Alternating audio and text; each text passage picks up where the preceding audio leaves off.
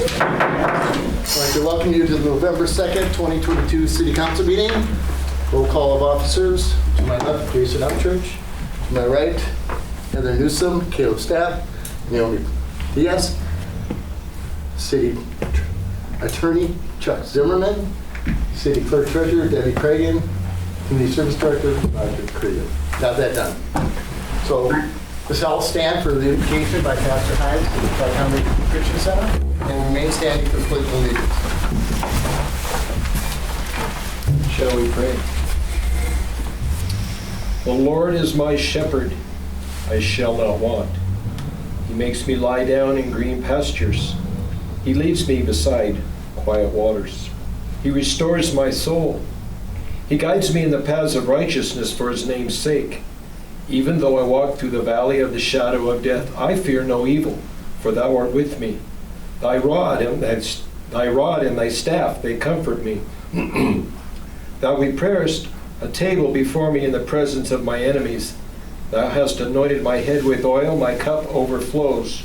Surely, goodness and loving kindness will follow me all the days of my life, and I will dwell in the house of the Lord forever. Amen. Amen. Thank you.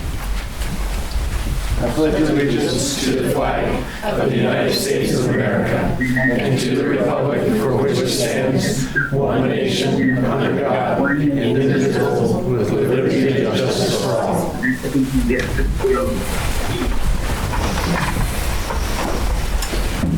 Okay, item 4, approval of the agenda. We are going to turn it over to our attorney, Chuck Zimmerman. So for the agenda, there's a few changes to the agenda for this evening's meeting, and one of them will require a procedural vote. One of them, and let's just address that right now. Under new business, you'll see that there's A, B, C, C. We just want to change the second C to D, which is the Deer Park Airport Master Plan, and then add item E, and this is the one that will require the procedural vote. It's a Verizon lease amendment. We've been working on it for over a year, and they finally signed it and got it to us, and it's effective November 1. So, you know, I'm not really sure why it took them that long to get there, but anyway, it's something we've negotiated, and we would encourage you to add it as a late agenda item under, and I'm not sure if you've used this procedure before, but within the last year, I believe we adopted a new procedure for adding late agenda items. This was through ordinance, an ordinance passed earlier in 2022. Under Deer Park Municipal Code, section 2.04.040, there's a procedure for approving late agenda items. So in order to approve that item, because it came in after 9:30 a.m.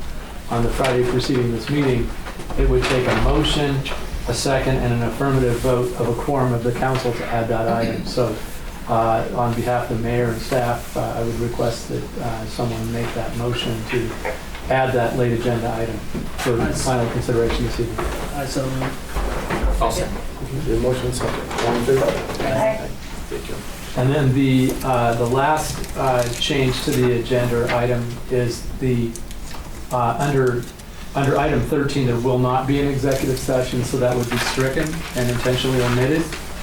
And after the adjournment, there'll be an item 15, which is an exempt session, and it's to discuss collective bargaining under RCW 42.30.140 subpart 4, which is statutorily exempt from the Open Public Meetings Act. So there will be a closed session and no action will be taken after that, because then that would be a requirement to take place in an open public meeting. So normally, those that are here frequently would know, you would have an executive session and then you'd come back and adjourn. Here, because it's exempt, we'll adjourn and then you'll have your exempt meeting, and then there will be no action taken, and so there's no reason for anybody to stick around to see the council adjourn again, because there won't be an adjournment, because there won't have been an open public meeting. So. Motion to approve agenda as amended. Second. I'll second it. Okay, there's motion second. All in favor? Aye. Motion carried. Item 5, approval of October 19, 2022 regular council meeting minutes. Motion to approve. Second. We have a motion and a second. Any comments or questions by the council? All in favor? Aye. Motion carried. Item 6, public hearing. Letter A, ad valorem taxes for 2023. Ordinance number 2022-1011. And item B, 2023 revenue sources. We will close the regular council meeting and go to a public hearing. So if anybody has any questions or... What is it? Pardon? What is it? It's a ad valorem tax. It's a 1% tax on property, which was voted down by the council. So it's a 0% increase. Right, 0% increase. And then the other item is the revenue sources, which goes to our budget. Okay. We all good? We'll close the public hearing, go back to the council meeting. Item 7, under new business, letter A, change order number 1, East Crawford Preservation, Shamrock Paving Incorporated. Roger, would you fill us in? Sure. This is a change order, and in essence, it's a reduction in the price of the project that recently completed up on Crawford Avenue. In the original bid, we had planned, well, we anticipated there to be some sections to be dug out as part of the work with all the cracking and stuff that was up there. But once we were able to get it, the top 2 inches of ground off and inspected it, found that none of those cracks were in that top 2 inches reflected through the base layer.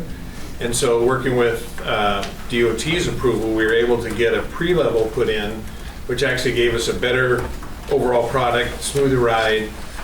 So there was a deduction from the getting rid of the dig out areas, and there was an add to the pre-level costs, but the net effect was it was cheaper than digging them all out, and we saved basically, so this is a reduction of $17,700 to the overall project. Motion to approve. A motion and a second. Any comments or questions by the council? All in favor? Aye. Motion carried. Aye. Item B, interlocal agreement for law enforcement services between the city of Deer Park and Spokane County. I'll fill you in on that. What we're doing is, there's a couple bodies coming up available, and I would like you vote to go ahead and negotiate with the Sheriff's Department on that for 2 additional officers. Motion to approve. I think that's wonderful. We have a motion and a second. Any comments or questions by the council? So is it just will you come back with the price and the cost, and then we'll approve Correct. that? This is just Okay. giving me permission to negotiate. Okay. It's essentially a motion to authorize the mayor to send this letter, because Tim was going to send it, and we talked about it, and he thought maybe I better run it by the council first, because I shouldn't be running off negotiating something if no one has an interest in it. So, I think definitely what we're covered. So, yeah. Will we have a motion and a second? Any comments or questions? Good. All in favor? Aye. Motion carried. Aye. Item C, Deer Park School District. Travis, you have the floor. Superintendent Travis Hansen.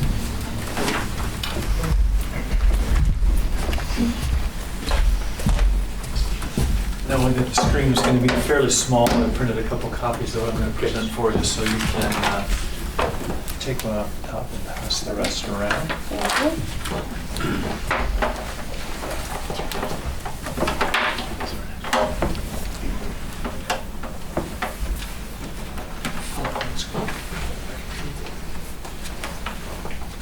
Dee, I have a copy for you. Thank you. You're welcome. Mayor Virgil and Council, I appreciate the opportunity to be here tonight and speak with you. A couple things that I want to say at the outset. Number one, I want to introduce a couple of Deer Park's school board members. Aaron Keller and Lindsay Lofstrom are here joining us. We brought two so as not to violate any open public meeting laws. So three would represent a quorum here, so we'll avoid all of that mess. But the two of them are here representing the board and certainly I and the board's interest and the school district's interest. want to provide a little context for you in regard to where this presentation is going to end. Really, I'm going to end with some questions and potentially some proposals for you. But in getting there, I want to provide you with a little context for why I'm here and for the requests that I have of you. Up in the presentation on the front page of the pamphlet in front of you, just I think a reflection of both a turn of the century Deer Park, the large picture in the middle, the building we're presently in on the right side, and then the original Deer Park Elementary, after Clayton Elementary up in Clayton. But I think that the message is that each of these buildings, many of them that are well into their century mark, we get good use out of buildings and certainly want to do their best to represent good value to the taxpayer here in Deer Park. I think that's certainly reflected in the fact that these buildings have continued to live a functional life. At the same time, I know as we consider the needs of our school district and of kids, you're also considering as you look at this facility and just the needs of the city council, and at some point a building needs some significant upgrades and updates. And so really want to talk with you about a few of the needs that we've identified as a school district, the ways that the growth in the city is having an impact on that, and just share that story with you. Deer Park School District over the last year really has engaged in some monthly discussions with the Facilities Advisory Committee. And that group of approximately 25 people, about 18 to 20 on any given month, have come together and really looked at some of the needs that the school district has from a facilities perspective, but then has also really been considering that reality in conjunction with the growth that we're seeing in this area and the growth in enrollment that Deer Park School District has seen. Out of that work, and as we've met monthly over the course of the last year, these are 8 of kind of the high-level projects that we've identified as having some significant need.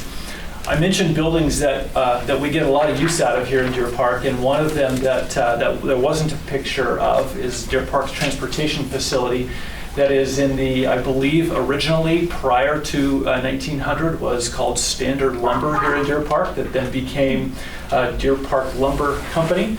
Ultimately, when Deer Park Lumber Company went out of business, they gifted that building to Deer Park School District. That's the building well over 100 years old that presently serves our transportation needs. At least it makes a great attempt at serving our transportation needs. But it is a facility that has some unique challenges just in terms of the piece of land that it's on. And it's also a building that for the needs of a modern transportation operation, running 30 buses a day and all of the people and necessary elements of the transportation project, certainly looking at that building. Arcadia Elementary is certainly a significant need. That's a building constructed well over 50 years ago that presently has 3 portable complexes outside of it. Just from a safety and security perspective, I think everybody in this room, what we see on the news and what we hear, we know that when we're unable to have a safe and secure facility and have kids inside that facility, that just poses great challenges. So that's a building that has a number of unique challenges, not the least of which is the fact that it also doesn't have a cafeteria. So on a daily basis, when the food service staff gets done making that food, we divide the gym in half with a large gym partition, and half of that gymnasium is PE and half of that gymnasium is cafeteria. So that's just another example of the limitations of that facility. Moving quickly down the list, Deer Park Elementary is a building that is much newer, built in the year 2000, but based on the growth, and based on the growth we're going to see at the K2 level, we have some significant needs there. We've been able to address some of the needs for those of you that have driven by Deer Park Middle School over the course of the last couple of years, have seen construction there. Really excited about the fact that we were able to tackle a project that renovated 25,000 square feet, 16,000 square feet of new space, and didn't have to ask taxpayers for an additional dime. So it did that without needing to go back for an additional capital levy or any type of bond measure. We're really able to realize some savings and some unique opportunities to get some state match money to do some great things at Deer Park Middle School. A lot of work to be done up around Deer Park High School and the ball field complex. The city has been a wonderful partner for years in sharing the softball field, the city fields. But in reality, one of the Title IX, one of the federal requirements is that we can't make significant improvements to any of our boys' facilities until we address the fact that we don't own softball fields. So Title IX basically says we've got to treat our boys and their needs from an athletics perspective in the same way that we would treat the girls who are in our schools. And so the fact that we don't even have softball fields, or we're having to rely upon the city to provide that resource, is something that we've got to address. And so it's another challenge related to some ball field needs. We've got a home link building. I showed you the picture of the old Deer Park Elementary School that also serves as our administration facility, again, over 100 years old. We serve 600 students in our parent partnership, our home link program. Not all of them are there every day, but over the course of a week we see them. And then we've got some needs on the IT side and administration and support services side. Two things I want to point out to you about this list in red. First of all, the Deer Park High School bond holders, that is when we passed the bond to renovate Deer Park High School in 2010, those bond holders will be paid in full in December 2024 and December 2025. That's an important thing that I'll get to here in just a moment. And then clearly the second bullet there is the fact that this community is growing. It's growing significantly, and it's going to have an impact on our school system.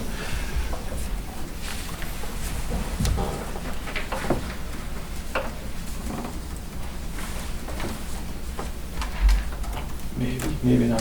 It's still here. I'll keep going, maybe it'll come back. So what you have in front of you is, you have, in addition to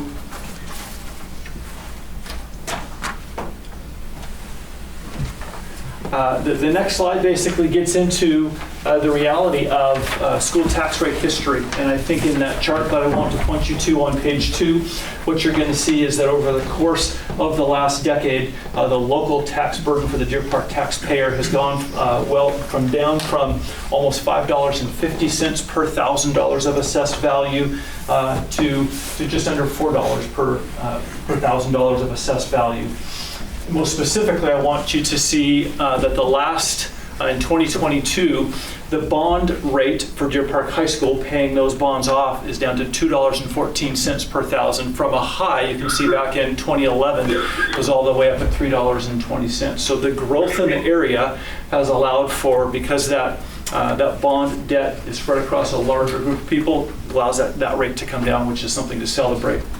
The thing I want to point out to you, however, is that here we are in, as you see, 2024 and 2025, you see that by the time we hit 2026, that bond debt, the tan portion of that chart, that bond debt is going to be completely gone. And that gives us that gives an opportunity to address many of the needs that we have just talked about. Where we're headed is to a moment in time when we have that bond debt that is essentially getting paid off, but we have significant facilities needs. If we could come to a place where we can realize the absence of the bond debt for Deer Park High School, but potentially replace that without increasing taxes and accomplish a number of the needs for our school district, for this community, I think that would be a huge win for kids and for families in this community, and certainly a win for the taxpayer, not seeing that tax rate go up. Clearly, there's an argument for loving what happens in 2026, where $2.14 present tax burden is gone. But I think the reality, I don't want people to be short-sighted and see the fact that if we're unable to address facilities needs beginning in 2026, when that bond debt expires, with an opportunity to do some new capital projects, I think that the impact on the system, the impact on kids will be significant. Our facilities committee has really come to a place where we've got really two considerations. Number one, will a bond that addresses a transportation facility, our needs at Arcadia and Deer Park Elementary, knowing that those are the two buildings that are the most full and that will grow the most in the coming years.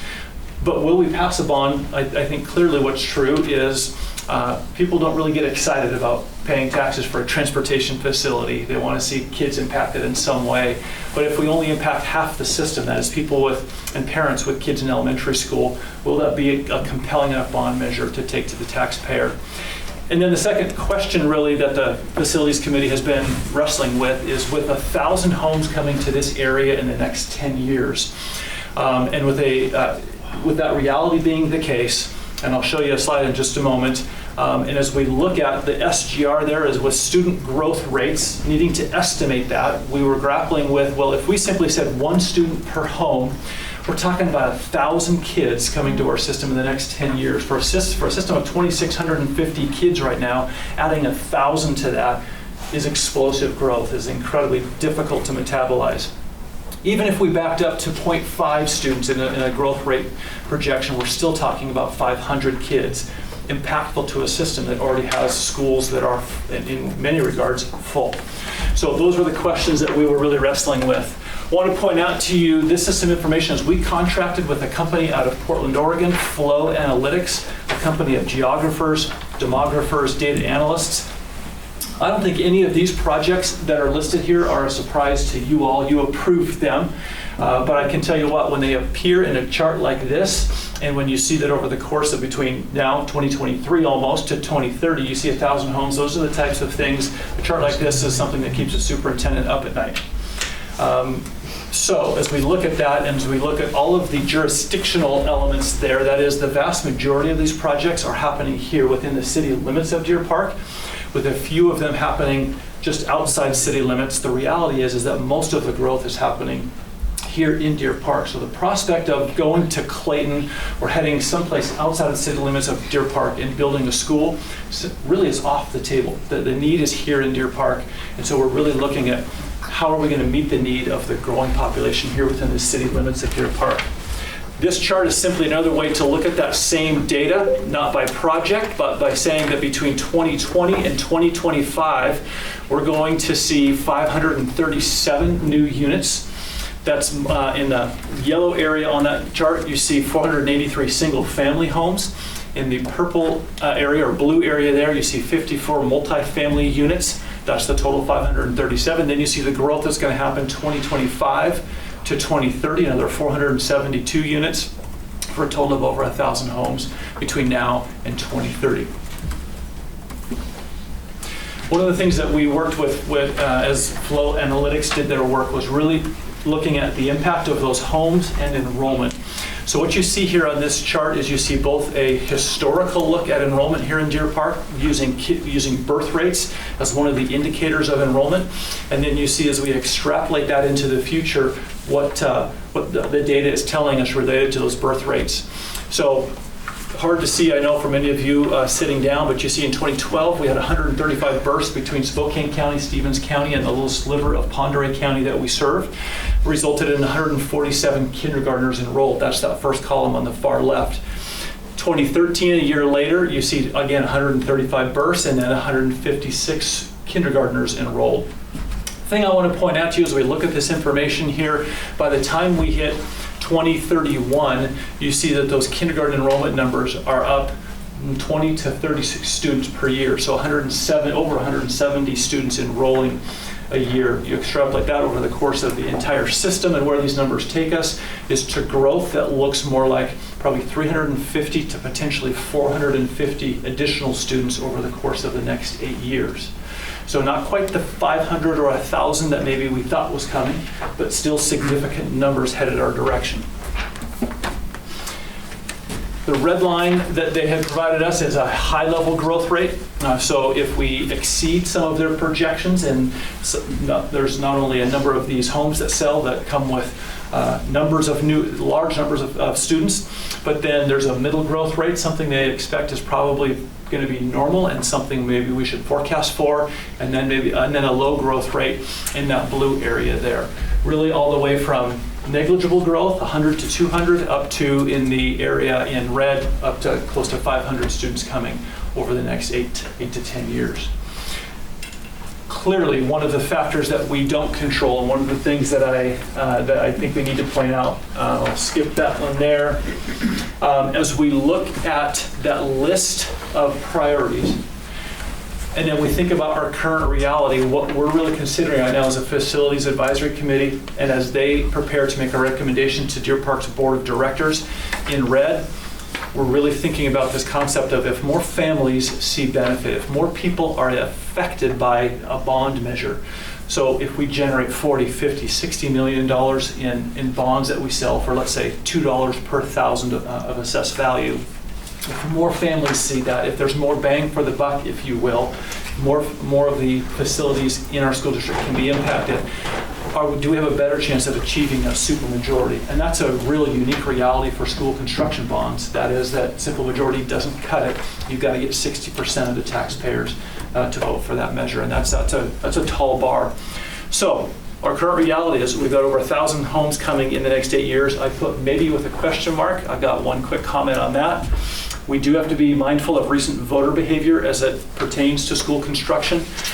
School construction is currently coming in this region at over $400 a foot. Across the mountains, they're constructing buildings right now for about $600 to $650 a foot. School construction in general is expensive right now. School construction very much so. And then what I'm here to talk to you tonight about are some of the challenges we have with buildable acreage and some traffic concerns. So in the last 5 minutes that I have with you, I want to point out as we talk about that 1,000 homes in the next 8 years, maybe, clearly we're dealing with some economic indicators that show that we might see a slowdown, that there might be some recessionary type trending. These are two recent articles. You see the headline on the left out of Forbes, housing market collapse, forceful slowdown in home prices as a warning sign, becomes eerily similar to the 2000s crisis. Probably a bit of a clickbait headline, but at the same time, I think we need to be aware of the economic indicators that come with something as recent as yesterday where the Fed raises rates another 0.75%. So they're using every tool they can federally to force a slowdown, which we're beginning to see the impact of. Will it be forceful and recessionary or a deep recessionary trend? Don't know, but we just need to be careful about being too aggressive in how we look at enrollment in the school district. As we look at all the growth happening in this area, how many of those homes will be occupied by families and families with kids over the course of the next 8 to 10 years? So some indicators that we need to be really cautious as we proceed. School bond election results. I want you to see that across the state in 2022, this year, just take a look at the far right-hand column as you work your way down. These are all bond measures in counties across the state. UC failed. North Shore was able to pass their $425 million bond. Good for them. Failed.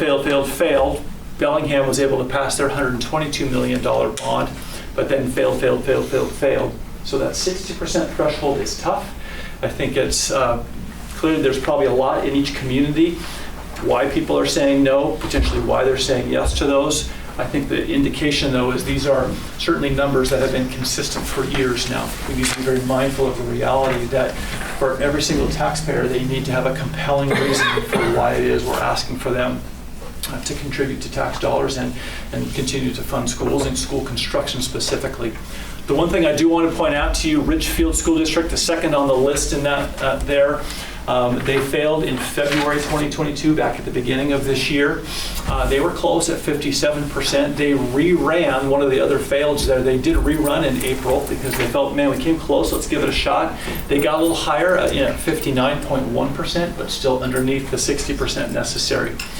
The other one I want to point out to you, another district, Quilcene up there, who ran, they started their first try in February, was at 59.4%. In a community of that size, you're probably talking 10 votes. They reran in April, and they came back and rerun at 48%. So that's an indication and a lesson learned in terms of how you re-engage a community about either, maybe they're saying, you didn't listen to us the first time, so not only no, but heck no. Or in the case of Ridgefield, man, we got a few more people in favor of this. What do we need to do to get this bond measure over the hump? But challenging times for school bonds throughout the state. So my presence here tonight is as we look at the need for the potential of either building a new Arcadia Elementary, the prospect of, months ago we were thinking about a third elementary was really going to be necessary, but given some of the data that we've received and really analyzing that data, I think what we are trying to look at is how can we potentially, by not necessarily building a new Arcadia and another elementary, if each of those elementary schools is potentially $25 to $30 million each, that eats up essentially all of the bond capacity and state match money that we're going to have, maybe squeeze that transportation facility in there. What are some ways that we can be more creative? Whatever way that we go, what I can tell you is that, and what you see up on your, in front of you up here is You see Deer Park Elementary, the roof there, my little pointer isn't showing up there, but you see Deer Park Elementary in that square there, and then to the south, to the east of Deer Park Elementary, in this square right here, is a piece of land that the city of Deer Park owns, 18 acres. Just to the south of that 18 acres is another 10-acre plat that the city owns. Those particular sites are in real close proximity to existing district sites. I think there's some advantage to having some of our facilities in close proximity. So as the city potentially looks at the possibility of surplusing that land and working with the school district to provide what I would say it would be a badly needed resource, I think there's some opportunity to improve our current reality, whether we choose a third elementary or we choose to rebuild Arcadia on that site. There's some opportunity in that. One thing I would share with you is that part of the reality for any of those that are parents in the room or that have dealt recently with some of the reality in that area of Deer Park, on a day-to-day basis, from potentially 8 a.m. to probably 8:45 a.m. or from probably 2:45 p.m. at the end of the school day to 3:30.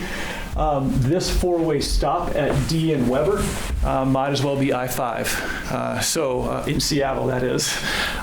It gets really difficult for people to get in and out of that particular area. What we recognize as a school district is that in order for us, if we're going to choose to add an additional school site in this area, that continuing to put that much stress twice a day on that particular piece of road infrastructure here in Deer Park is probably a really bad idea. It's frustrating for parents, and I don't even know that it's a safe situation to have that one place. And clearly, you could go down south on Weber to Sandpiper, but then we're dealing with unimproved, basically gravel roads. So part of what we're proposing, what we'd like the city to consider is the potential of, if there's a willingness to surplus land and to work with the school district in the purchase of that land, there's also the possibility that we could work together to deal with some road infrastructure such that D Street that goes across Arcadia and Deer Park Elementary could be continued on to the backside, to the east side of Shamrock Glen. And then, if I can reach that high, that area, so we see the storage area, we see the Markham Homes lot there, and I believe, Roger, that's Aspen. A little stub road there coming off of Crawford. So Crawford is basically at the top of the screen there. I'd love to see D Street continued through and connect to Aspen so that we don't have to send everybody back out to the four-way stop at D and Weber. So we can continue D Street through, connect it to Aspen, and have another way out of that corridor right there, right where a lot of the school traffic happens. Lastly, would point out to you a similar resolution by the City of Sultan, and would just point out to you as you look at the sheet in front of you, item 2 in their decision to surplus some land in the City of Sultan, they suggest that special consideration be given to another municipal agency. They designate that the city desires to sell property to Sultan School District for appraised value. So there's certainly some precedent in the ability for a city council to consider the needs of a school district and for us to work together in a way that I think benefits the community significantly, but also gives the school district an opportunity to address some needs. In this particular case, Sultan has chosen to sell the land at appraised value. As we think of that possibility, I think I'd like to leave you with a couple of questions. So last slide is, I guess, currently, first question, how is the property currently being used by the City of Deer Park? In red, I'm kind of answering that question with another question. Can the land be used for public good and to meet the needs of a growing community? I think that's both something for the City Council to consider, certainly something for the school district to consider.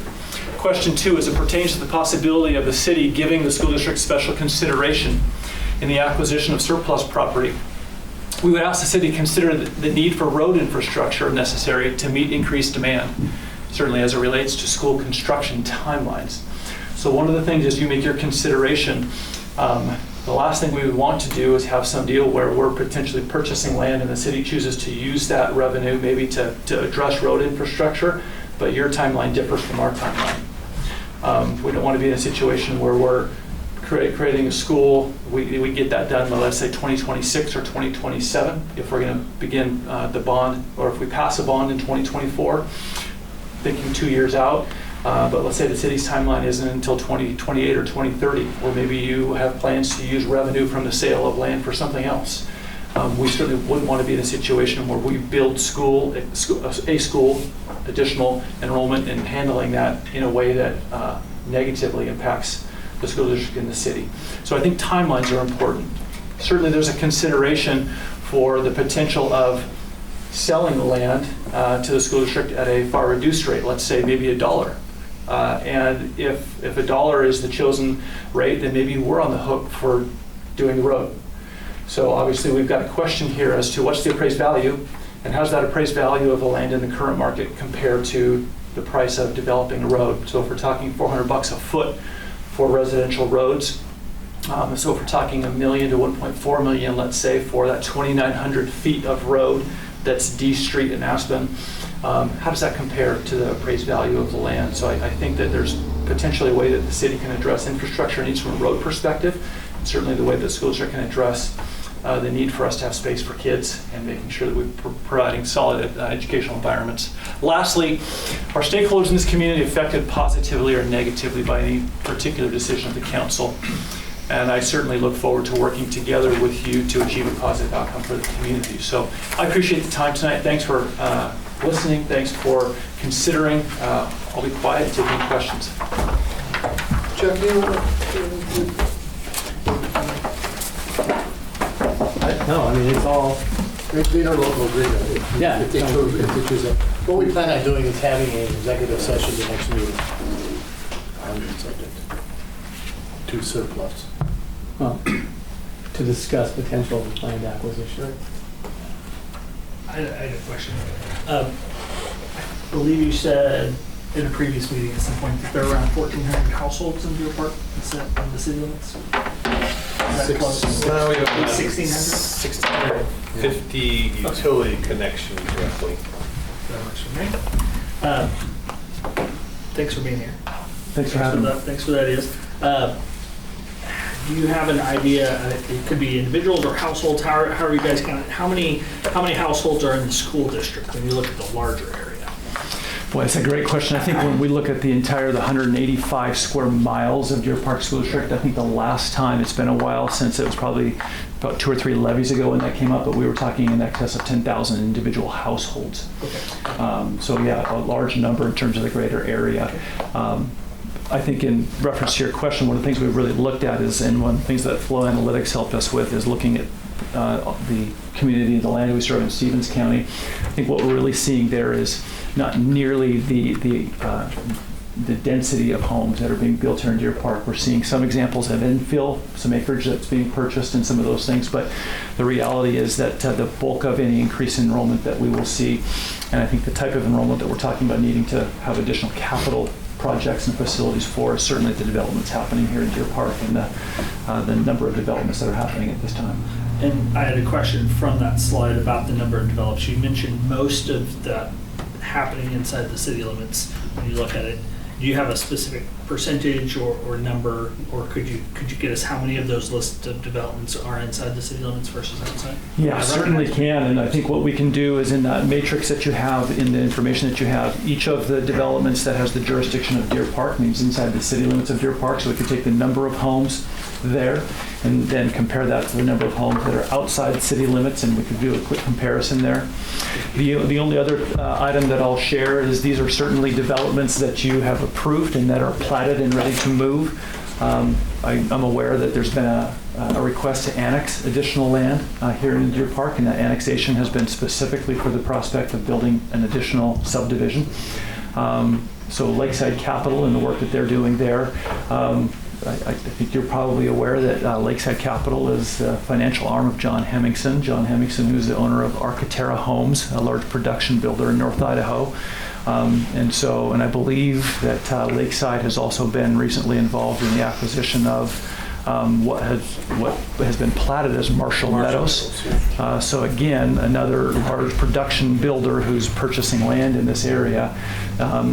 And then who knows, the land that Reed Zickler owns inside the golf course. So there's a piece of land there that at some point, I'm assuming in the next decade to 15 years, is going to be another 50 to 75 homes. So these are the developments in the homes that we know about. There's more to come, and I think that's a reality. We're trying to do the very best we can to find the best value for the taxpayer and making sure that we're making really good decisions.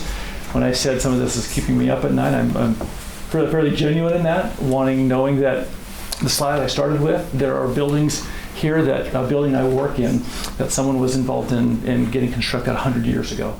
And so to think about making legacy type decisions and decisions for a community about how we educate kids and about spending taxpayer dollars, they're big decisions, and we want to make the right decision.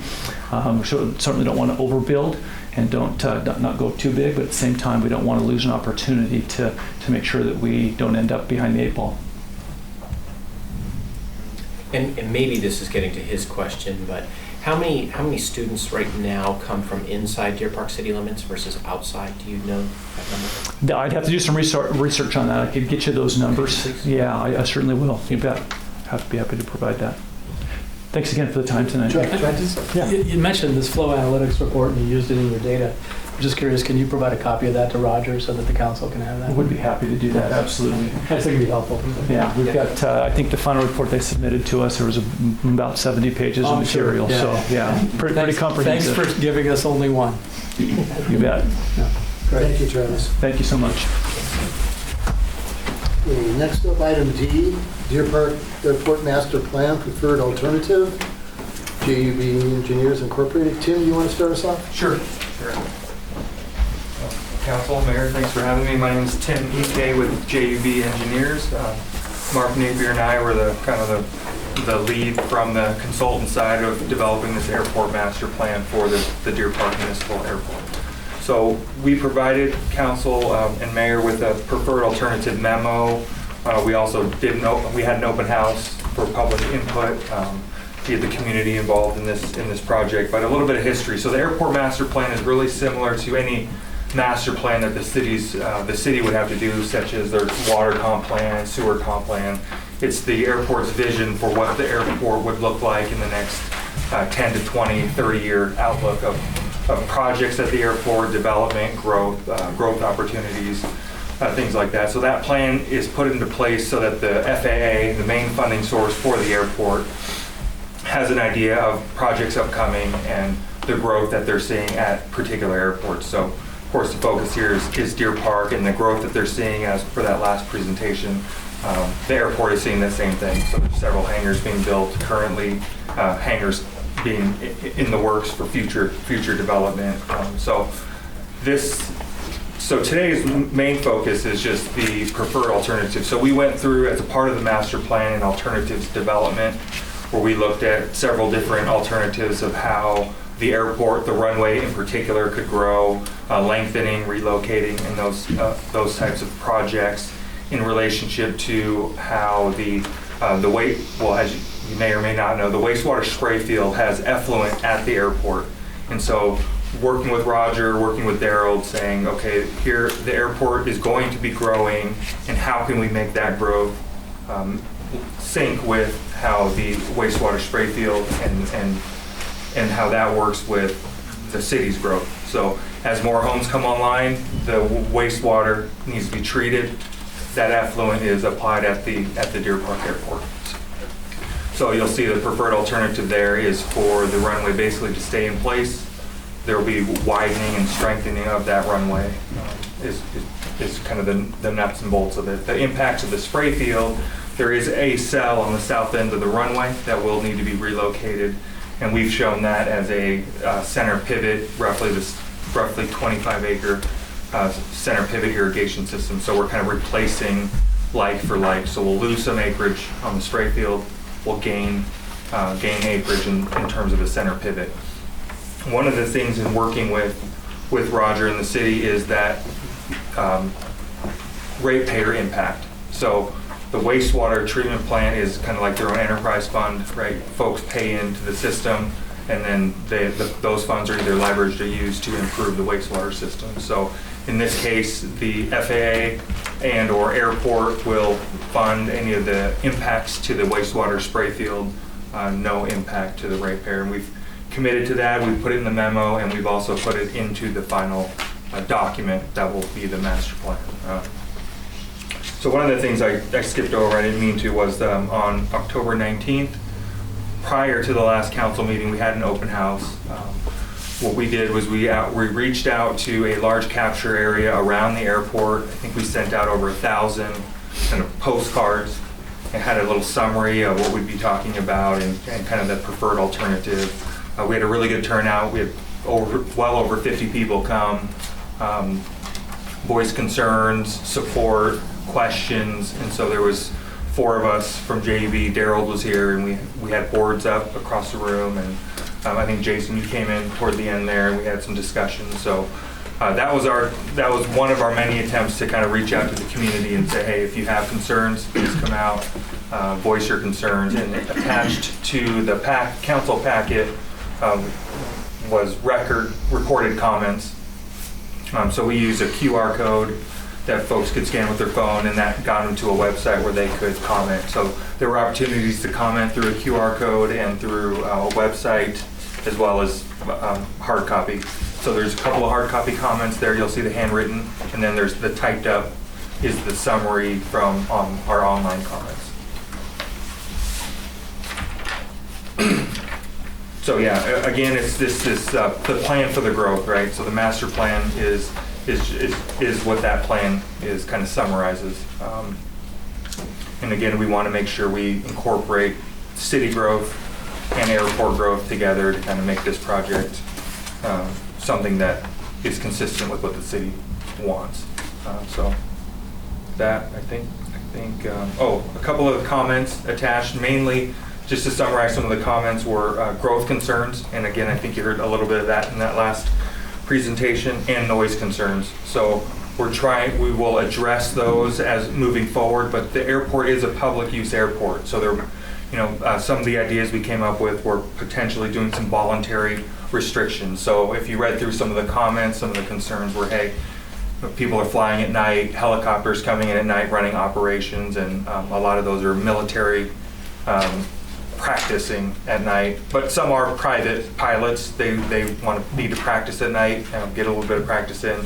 Some are 185s on full throttle. They're practicing short runway takeoffs and landings, so it is quite loud, but it is a public use airport. So some of those restrictions, our hands are tied, but we can ask for some voluntary restrictions, having pilots and the airport board and kind of reach out and say, hey, if you would not fly at 10 o'clock at night and run circles around the city, we can do those types of things to kind of mitigate some of that noise. But the airport is growing, and the master plan forecast development shows that, and the jet traffic is increasing, and the GA traffic there is increasing. This is the direction that the airport is kind of heading in. So yeah, with that, do Jim want to add anything, or We're asking for approval of the alternative and then answer any questions you may have.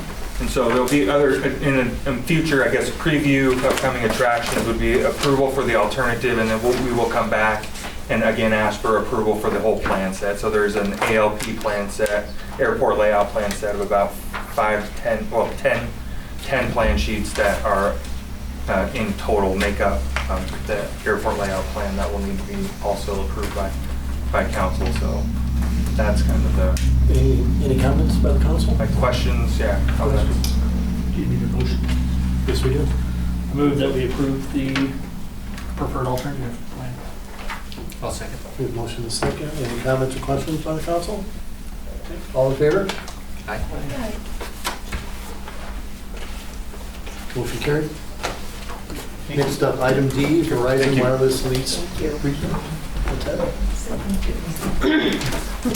Roger, you want to comment?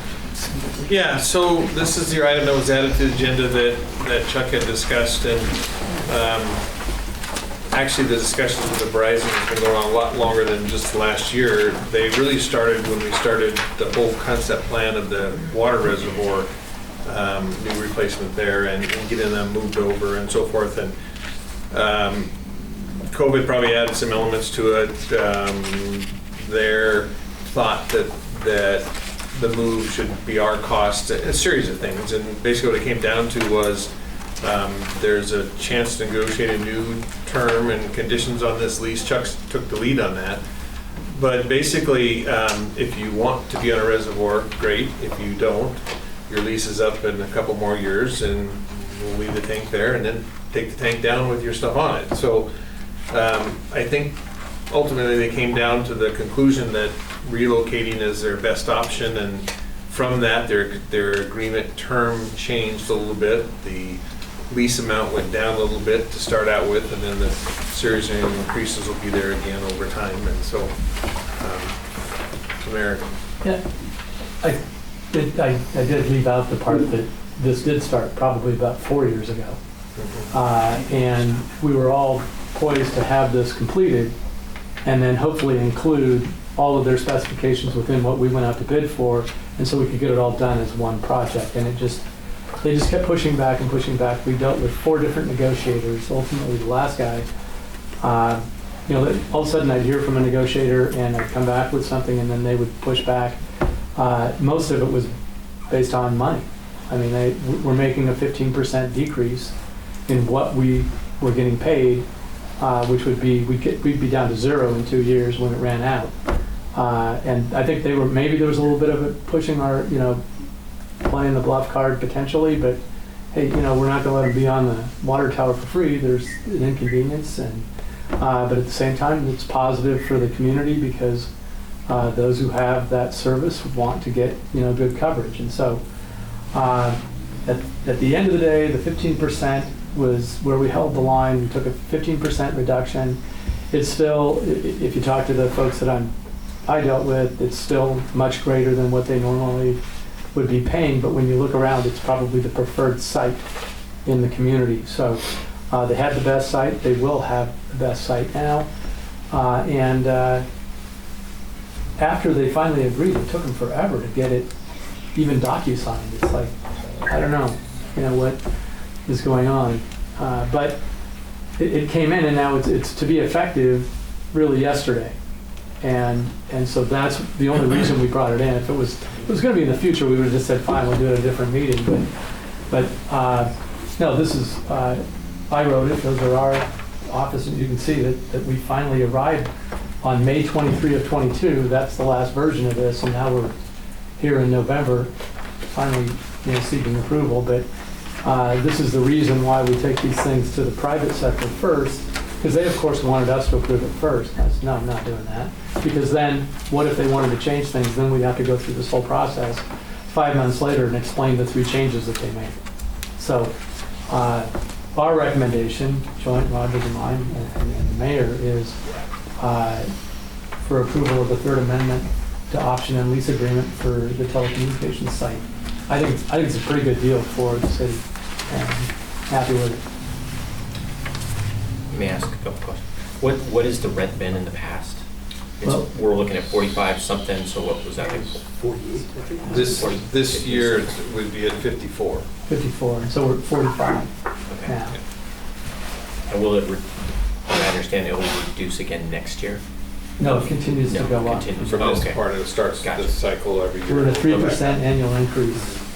Yeah. Okay, thank you. Because we had good, healthy increases in the other one too, and the problem is when you have those, they're negotiated because they really needed to be there. We were getting a lot more than what inflation was, and so it just kept, incrementally getting higher as things do, and then they looked at it and, their suggestion was that it'd be half of what they were paying, and we weren't going to come to you and say, yeah, let's cut this. A haircut's one thing, but to get it down to where mine is another. So this seems pretty reasonable. So Is there a cost to the city for them to be up there? There was a cost in the capital side of this tank to get the structure up there so that they wouldn't come in and then want to start welding on our brand new tank and stuff like that. So the railing system that we've provided for them to attach to, and the conduit systems through the foundation and up through the tank, we're an extra cost short. Not just for them, for others. Yeah, for anybody else. So that was part of the design. Right, we put, they need 1 or 2 conduits, we have 8 that go up through there. So we have room for others. But past that, they have their own utility bill, and they have access to it when we let them in with keys and so forth like that. There's not any other really cost to us up to date so far on the current reservoir. No. It's a great revenue source for your water system. I mean, it lowers the water bill for everybody. So, Yeah, no, it's a win-win. Yeah, it seems like a win-win. Instead of it being just a standalone tower in some farmer's field, half a mile away, I mean, this is, Revenue generation. why not spread the benefit of the fact that it's up there around to everyone? So, yeah. I move that we accept this list. We have a motion second. Any more comments or questions? Okay. All in favor? Aye. Motion carried. Aye. Next up, item D, ordinances. Item A, ordinance 2022-009, amendments to Title 18 Deer Park Municipal Code. This is the second reading, and we'll take public input. Anybody have any questions? Can you tell us, some of us have been missing for a few. I'm sorry, I can't hear you. I haven't been here in a few meetings. Can you tell me what this is? Don't you want to? Sure. So this is an amendment to our zoning code, specifically in the commercial diversified zone area, that provides regulations and development requirements for mobile home or for recreational vehicle parks. That currently our code simply says in the commercial diversified zone, travel trailer parks permitted with state guidance. Well, there's no longer any state guidance that leads to how an RV park has to look. And so our current RV park, for example, we have up at the golf course, was done through using other towns' ordinances and guidance and SEPA and all those kind of fun things to try and make it work. And so this is just an ordinance now that specifies kind of what that RV park looks like, but some other things as it relates to numbers of restrooms and accessibility and walking areas and stuff like that. So rather than use some other town's ordinance that's not adopted by our code, now we'll have our own code that deals with it. So it will keep it from becoming run down and. That's the goal. Yep. Just one thing I want to make sure, in case anybody is tracking this from the audience, whatever, we did hand out some minor revisions to the last version, and that's why we have these reading processes. And in a nutshell, what we did is we had some references in there to things that the Planning Commission would do, but the Planning Commission's done all their work. These are all things that the city staff would then do, the implementation of the ordinance. And so we just caught a couple of those and fixed them so that there's very objective criteria rather than anything subjective. And there's no hearing process for that. And then we did a reference to the fact that there is a fee associated with making an application to get an RV park, because right now, the way it is, somebody comes in and, as Roger said, it's a one line in the code, and then the staff end up doing all the work with no fee associated with it. And these things can take a lot of time to, figure out how they should look, so. Richard? So this just impacts the RV park up by the golf course, or does it impact any of the other mobile home parks around your park? This is for folks that would decide to try and build an RV park anywhere in the commercial diversified zone. And also impacts them because they're in that same zone for any expansion. Yeah, for But it modifications. doesn't have anything to do with the mobile home parks. Okay. And so the RV park that's already established, it's not going to make any new requirements for them. It's just if they were to try to expand, or if there was a new RV park. Okay. So they're grandfathered in, and then. Yeah, they the make park big is changes there, or something, yeah, then- and they can then expand they're- to it and so forth. The one thing that would impact them over time is that in this code, we've suggested the idea of an RV park is it's short-term itinerant. It's not another residential living style. And so in the work the Planning Commission did, we talked about that and made sure that that's the purpose of it, is to provide an RV park, the true thought of what everybody thinks an RV park is versus a place to live full-time. And so we put a limitation on the number of days consecutive at 210 days for every 240 days. And the idea in there is we can go back to the records of the RV park owner and say, okay, who's up at 7 months? They have to leave for a month. In our current code, as it relates to an RV on somebody's property, it's 10 days per calendar year. Well, that's a whole different world. So we tried to come up with a number that, okay, we have people come up here from south to spend the summer there.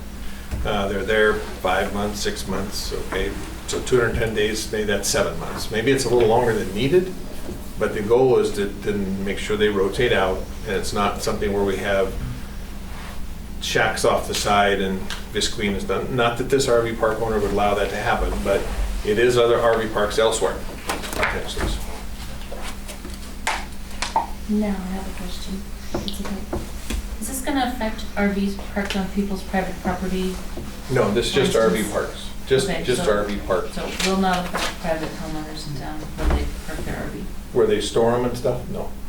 Like if they store them by their house? Yeah, no, it doesn't matter. Okay. Anybody else? All right, we're moving on to the second reading. Third reading, I'm sorry. Next up, item D, ordinance 2022-1011, 2023 ad valorem tax, first reading. Anybody have any comments on that? So let me add, so you have to do this ordinance, even though it's a 0% increase. Each year you have to, if you select to do it next year, you have to do it again in order to comply with the requirements of the auditor of the taxes you've collected up to this point. So that's why you have to do it again, even with 0%. But And just so everyone's clear, it's 0% increase for existing, but you aren't foregoing new construction and annexations. That's built into here. So. Next up, item 10, consent agenda. Letter A, approval of voucher claim check numbers 4668 through 4694, including EFT debits in the amount of $895,350.37 for the second half of October 2022.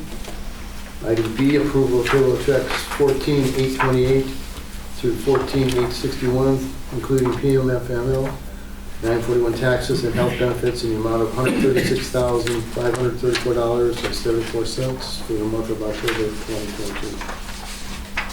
I make a motion to Motion to approve the approve. consent. Oh, yeah. Okay, Joel, second. I'll second. We have a motion and a second. Any questions by the council? All in favor? Aye. Motion carried. Next up, item 11, council questions, comments, or reports. We'll start with you, Jason. Give me just a moment. Let's see, so we got together as the police committee last week, went over the survey results that were turned in. I think we had somewhere in the neighborhood of 425, 427 surveys turned in. I believe next council meeting, I'm going to give a more comprehensive report. We have another police committee meeting tomorrow, hopefully to wrap up our committee. And then we'll also present those results as well. I had one thing I'd mentioned to Roger last meeting, just after the meeting, about potentially putting up signs at the entrances to our city along the streets about prohibiting compression brakes on semi-trucks. I was sitting at a coffee shop here in town, and I don't know if it's the increase of semi-trucks or whatever, but they use, I think they're commonly called Jake brakes. It's like, brrr, brrr, like on and on and on in the middle of town. And it's not necessary. I'm not a truck driver, but I know plenty of other like goodness, on Highway 2 going past Bear Lake, they're prohibited. So I was gonna just bring that before the council. That just happened today, so I'd like to do a little, I don't know if you could speak to the legality of, do we need to create an ordinance or something, or if that's, we can talk about that later, but I wanted to bring that forward. And then, I don't know if Jake is on the line. I was just gonna ask him about our haunted house on the corner of Crawford and Colville, if there was any more. See, Jake, are you on? Yes, I'm here. Okay, Jason has a question for you. I just didn't know if there was any more work being done on the house on the northeast side of Crawford and Colville. Holmes' house. Oh, Rich Holmes. Yeah. No, I have not heard from him in a while. It just continues. It just continues to be haunted, and I didn't know if we could continue to move forward doing something with that. Yeah, I'll have to get together with Chuck to take that to the next level, I do, please. Thank you, sir. That's all I have. Heather? Kim? Update on the City Hall Task Force will meet next Wednesday morning to hear a progress report from the architects. So they've been doing some work over the last month and a half. Look forward to sharing more about that in our next meeting as well. And then I talked with Casey Longley a little bit last weekend, Friday, Saturday, via email, because he's out of town. Do we need any action from us to authorize the funds to refurbish the Christmas ornaments and do the lights? We're still working on that. I haven't heard from him. Yeah. I talked to Casey and he said he was gonna be out of town. Yeah. And then that's the last I heard from him. I got him some magazines or some, from display sales in some places about some new stuff and ideas. And then I just hadn't heard back from Sure. him. One of the things I thought might be effective would be to authorize Brad to reimburse Casey as things come up if Brad approves them. I did for just up to a certain amount of money. If we're paying for it, we're owning it. Right, that's great. But I'm saying, I didn't know if there was a way if we could give Brad kind of some freedom to spend up to a certain amount to do whatever he thinks the right plan is, so that we don't necessarily have to be picking individual things, but we could just say, hey, here's a dollar amount, Brad, oversee Casey, and you guys get it done. The only concern that I have is it's already, November 3rd, 2nd? Right. And the Christmas tree lighting is December 3rd. Right. So I think he kind of came to the game a little late Yeah. for trying to get anything done, Sure. with him going out of town. Okay. If he would have been here, it would have probably been a different story. Right. As a board, we talked about it a little bit this afternoon, and we're pretty much going to put it off until next year. Oh, okay. It's just too close, and That's great. we're going to come up with a plan to make it bigger and better. That's kind of what I gathered from Casey when I talked to him, but I hadn't talked to him. That's great. yet. I just wanted to make sure that if we needed to just authorize something that we did, but that's great as Yeah. well. Perfect. Thanks. That was it. Good. You know me? I would rather have a plan in place. Correct. Just This was throwing that out this there. is a short notice, too. Yes, of course. Yeah, just to add, Brad has the authority to work with him and honestly do POs from the city to buy Okay. whatever's out there. Okay. I'm not sure, I'm talking about schools or relates to his budget or whatever, or where it's gonna come from, but the thing we have to watch is how it relates to the bid law requirements and how much in materials we're buying, but Sure. I'm assuming we're not gonna get over that magical limit anyways. What is that number? I thought it was significantly higher. Well, it depends. If you're buying, it depends how you do it. If you're buying things, it's $7,500 is all. For materials and supplies, yeah. Yeah. If you're buying the service and they're installing them, then it's a whole different number. Okay. So it depends on how it goes. And, Sure. or then you've got, if it's over that, you just bid them, and that's not the end of the world either. Right.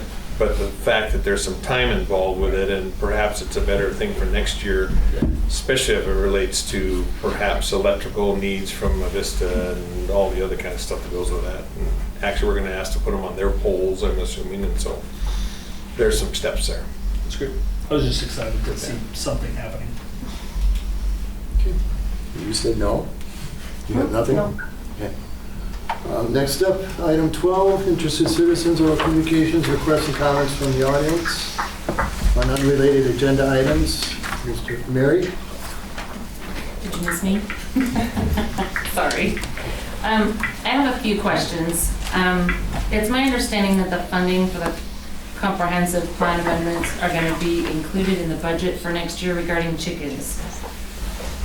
I've heard that from several people now that have told me that the planning for next year for changing ordinances or whatever is going to be in the budget.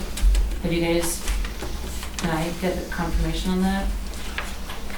No, there are two actions. We've got money in the plan, or in the budget for the comprehensive plan, and we passed a resolution to have the chicken possibility discussed in the comprehensive plan. So that is for sure in next year's budget.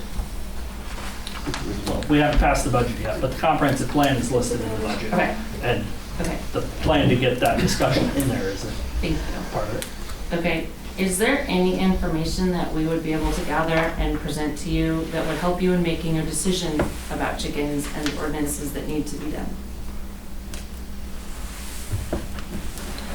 That's directed to you guys. I think, if I may, and I don't speak for everybody, but I think as the chicken lady, Thank you so much. for you're calling very me. welcome, Mary. Yeah, I I'm think getting what called I at would the like to post see, office and the grocery store.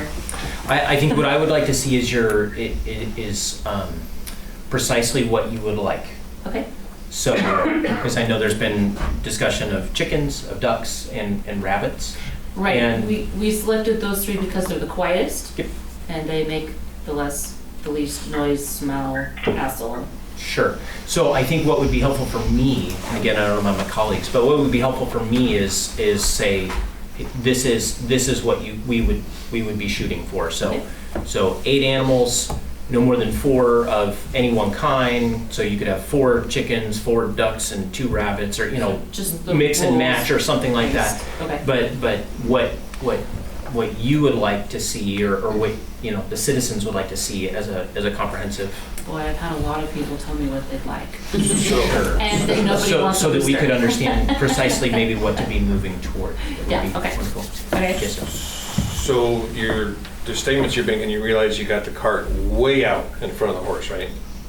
Because you're talking about things that would relate to an ordinance that would come into being after the comprehensive plan process is Yep. done. Okay, so you're talking about something that's probably 2 years out, honestly. So just be forewarned, it takes time to get there.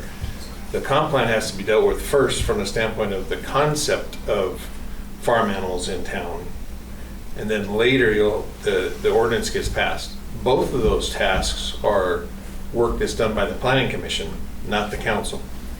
Okay, so the planning commission does the work, makes these recommendations, then it comes back to you as a report, findings of fact, approval by commerce, all that kind of stuff for you then to adopt or perhaps amend at that point. So the work effort is not here.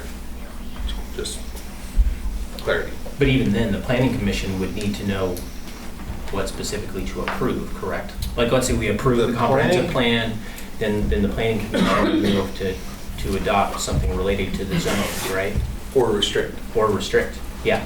But it would And need to be that's a something process. specific, yes. Yeah, and that's a process they would go through relative to what's allowed, what's not allowed, what size lots, all those kinds of things is a role of the planning commission to go through. Sure, yeah.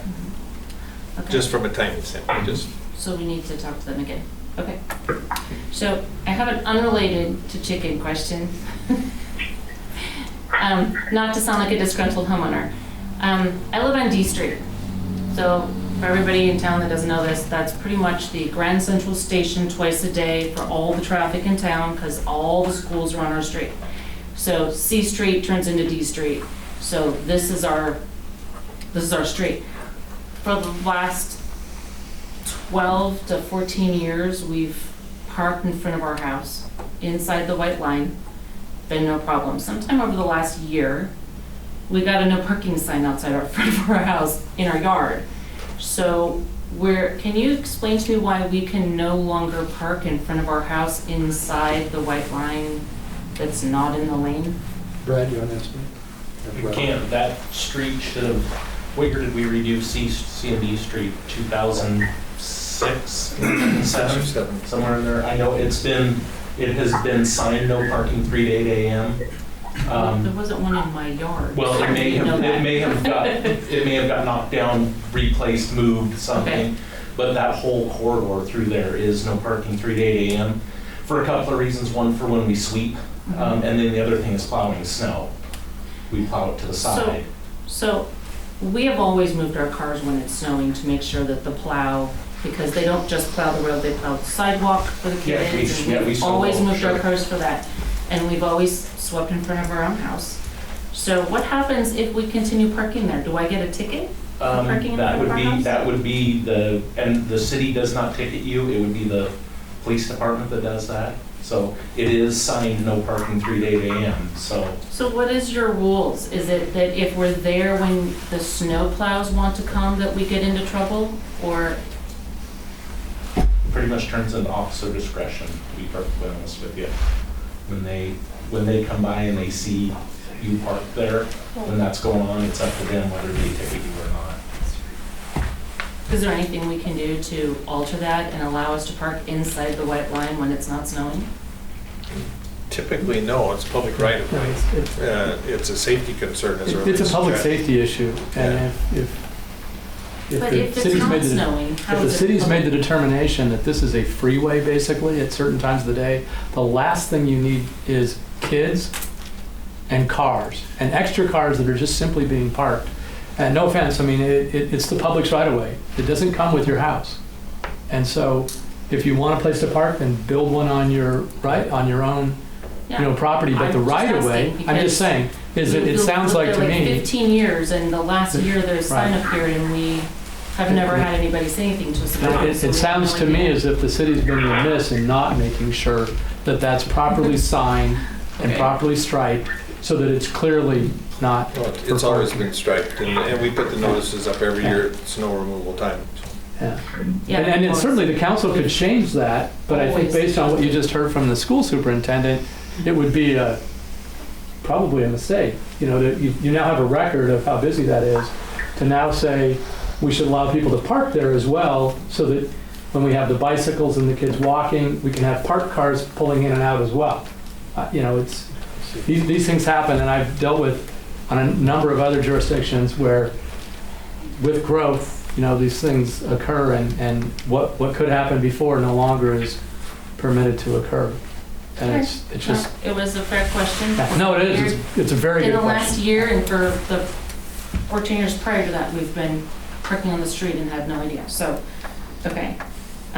Last comment, the school thing, you guys were talking about what is the percentage that's about to fall off? Was it $4 a thousand or $2 a thousand? $2.14. Total tax rate right now on the bond is $2.14 per thousand. One half of that will come off in December 2025. I'm sorry, December 2024, and the remaining half will come off in December So on an 2025. average home, it could still be, if you kept it at 2%, it could still be like $800 a year. Okay. All right, thank you. Thanks, Aaron. Billy? Yeah, so I'm just speaking as the Vice President of the Chamber. We are having our last member luncheon of the year on the 15th at Masters at noon. And typically with our luncheons, it's always we have a guest speaker. We're gonna do a little bit different this year, or this month. We're gonna kind of focus on two things, vision and voices. We're gonna talk about our vision for 2023 as a chamber. Talked a lot about today about growth in the community. With new houses comes opportunities for new businesses, so it's really important that we have a very strong business community and voices too. We want to hear voices of our business community, and this is going to be a forum where our current board is sitting up there for any questions that want to be asked about what we're looking forward to for the years coming in regards to our business community. And yeah, we're going to offer luncheon free for all of our members. on the chamber. Non-members are welcome to come. Residents, you're welcome to come. It's $20 per person for non-members. And yeah, we're just looking forward to it and would like a really good turnout. Yeah, so. You getting settled in downstairs? What's that? Are you getting settled in? Yeah, we're all settled in. We had a meeting there this afternoon. We talked a little bit about the lights and our luncheon coming up. It's great. We appreciate the opportunity to be back here. It's a better fit for us to get back to the city and partner with you guys. Thanks, guys. Joseph. Good evening. I have a little show and tell tonight as part of this. This is kind of an update on what I talked to you about last meeting and the meeting before, about continued attractive nuisance at Swinyer Park. Everything continues the way it is. You know, it makes you a wonderful evening when you're sitting at your dinner table. And I'm going to clean this up so you don't have to censor your recording. When you sit at your dinner table and you can hear amplified phrases like mother screwer,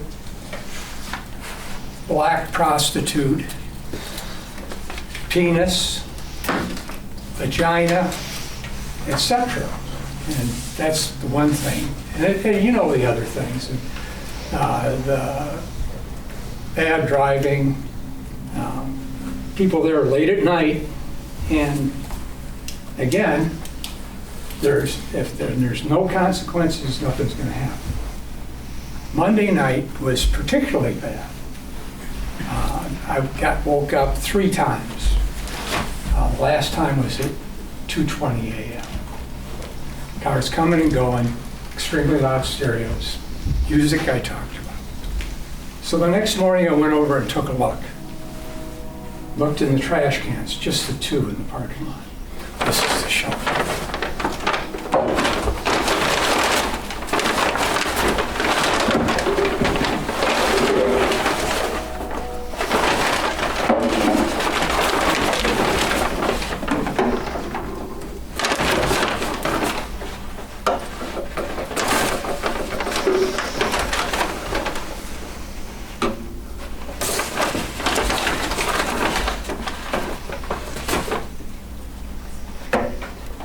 So we had about a gallon there.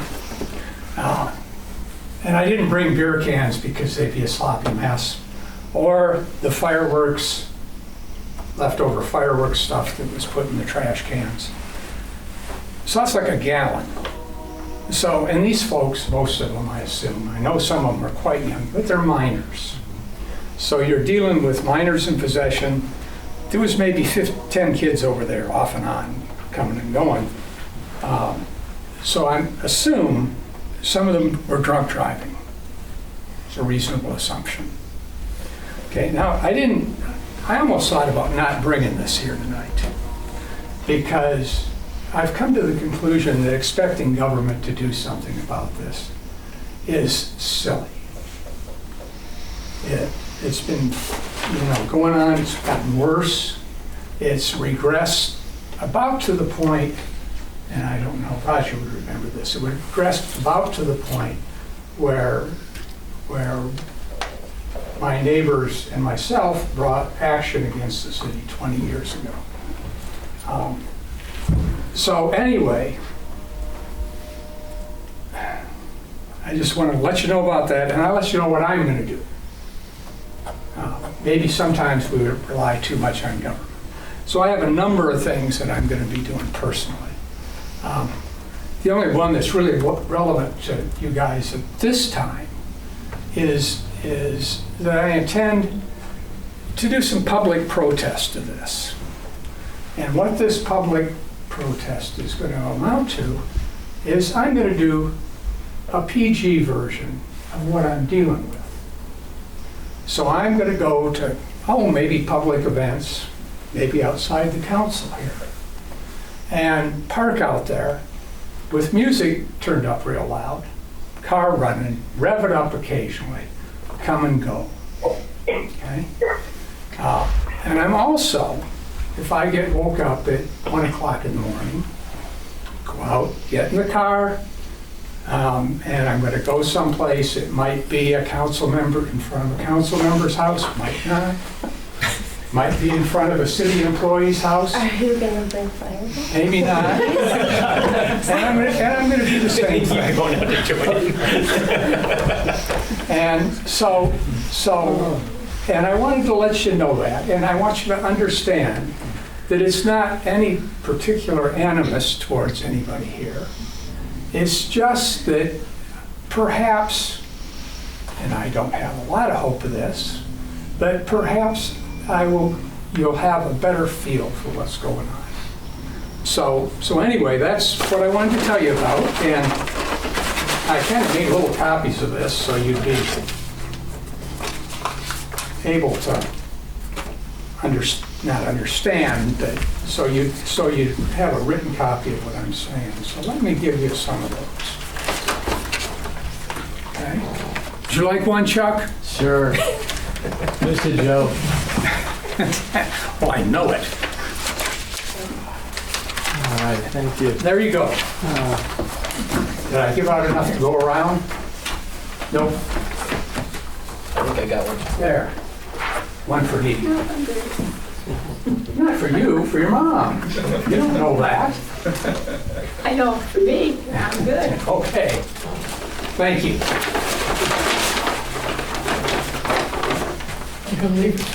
Oh, I've got to clean up after myself. I am sorry. I will put them back in the dumpster where I found them. That could have been your first protest. Well, no, that would be littering, and that would be against the law, wouldn't it? And some of what you suggested might be as well, Joe. Well, you know, as you know, when it's a free speech, public protest, the bar gets higher. That's what I heard about that. And if I get arrested, it'll be a new life experience. And mostly an embarrassment to the city.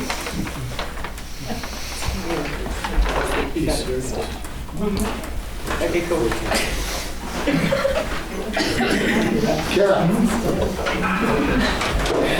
Hi, everyone. I'm also part of the chicken debate and situation. So we've already heard, that we're interested in trying to work with you guys on this. So thank you for all that you're doing. It's been really lovely to be a part of all these meetings and to see how much the town is growing and all of this and to be a part of it. So I just, want to be able to be here to put my 2 cents in on how we're growing, and it sounds like we're doing hard. Thanks again, and yay, let's have some chicken. Yes. Thanks, Karen. Thank you. All right, so item 13, executive session, we don't have any. Item 14, adjournment. We're adjourned. Travis, I need to leave with you. We're going to be... And stick around, we're right there. Line it in. I just couldn't.